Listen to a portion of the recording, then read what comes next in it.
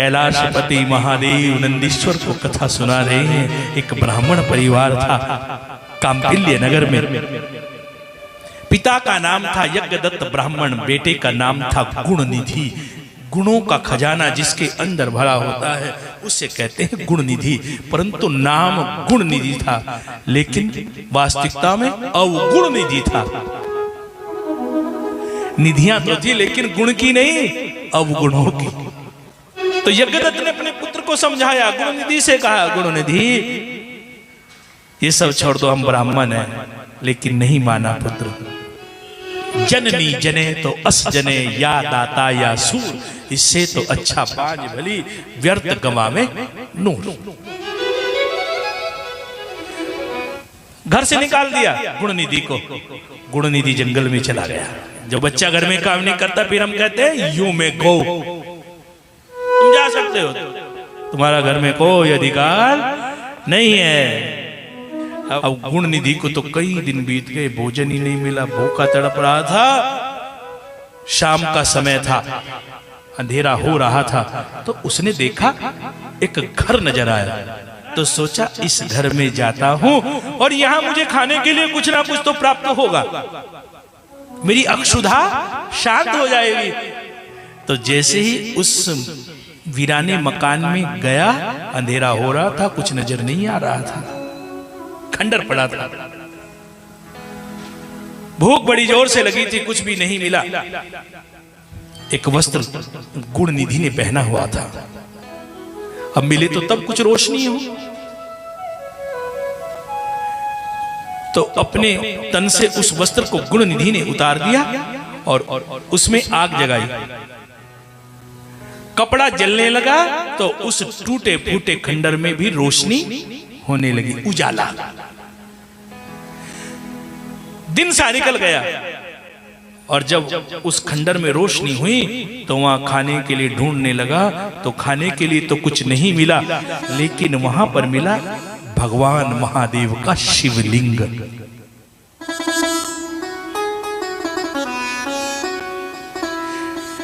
कोई मंदिर में आता नहीं था, जाता नहीं था, वीराने में मंदिर था। गुणनिधि सोचने लगा यहां तो कुछ भी नहीं मिला खाने के लिए, ये तो शिवलिंग है। बस भूख के लिए तड़प रहा था, उसी समय उस शिवलिंग से भगवान महादेव प्रकट हो जाते हैं। बोलो हर हर, जोर से बोलिए हर हर। महादेव प्रकट हुए और महादेव ने आशीर्वाद दे दिया गुणनिधि को, जिसमें एक भी गुण नहीं था। ऐसे हैं भोले भंडारी। महादेव प्रकट हुए और कहा, गुणनिधि आज तूने वो काम किया जो किसी ने नहीं किया। तूने मेरे मंदिर में आकर के, कोई तो छोटा सा दीपक जगाता है, दीप दान। अरे छोटा सा दीपक जगा करके कहता है कि मैंने दीपदान किया है, लेकिन तूने तो अपने वस्त्र उतार करके मेरे मंदिर में उजाला किया है, रोशनी की है। तूने तो मेरा मन प्रसन्न कर दिया है। क्या मैं तुझे आशीर्वाद देता हूं, तेरे जीवन में कभी धन की कोई कमी नहीं रहेगी। महादेव ने नंदीश्वर से कहा, नंदीश्वर जो मेरे मंदिर में दीप दान करता है वो क्या बनता है?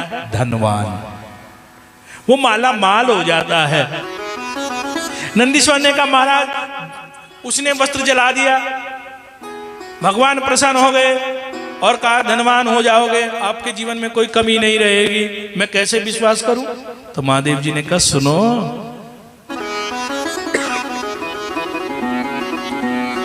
जब गुणनिधि की मृत्यु हो जाती है तो वही गुणनिधि अगले जन्म में बनता है राजा, और उस राजा का नाम था दंभ। दंभ, क्या नाम था? दंभ। राजा को अपना पुनर्जन्म याद आ गया।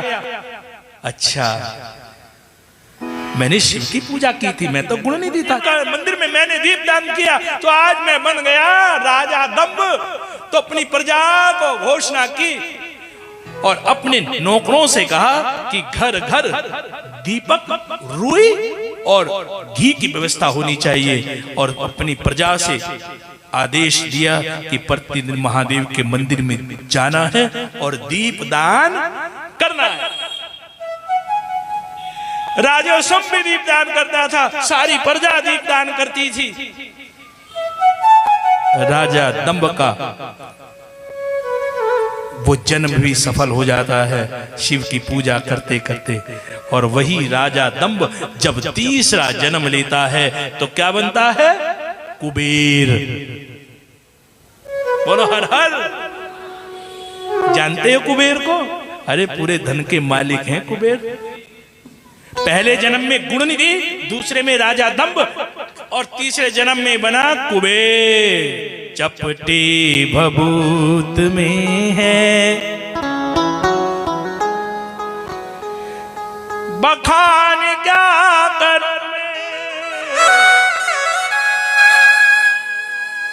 राखो के ढेर का। चपटी भभूत में खजाना कुबेर का है। गंगधार मुक्ति द्वार ओंकार तू, आया शरण तिहारी हमें पार तार तू। बोलो ना। कैलाश के निवासी नमो बार बार हूँ, आया शरण तिहारी हमें पार तार तू। भक्तों को कभी तूने निराश ना किया, भक्तों को कभी तूने निराश ना किया। और मांगा जिन्होंने जो भी वरदान दे दिया है। ओंकार मुक्ति द्वार तू, आया शरण तिहारी हमें पार तार तू।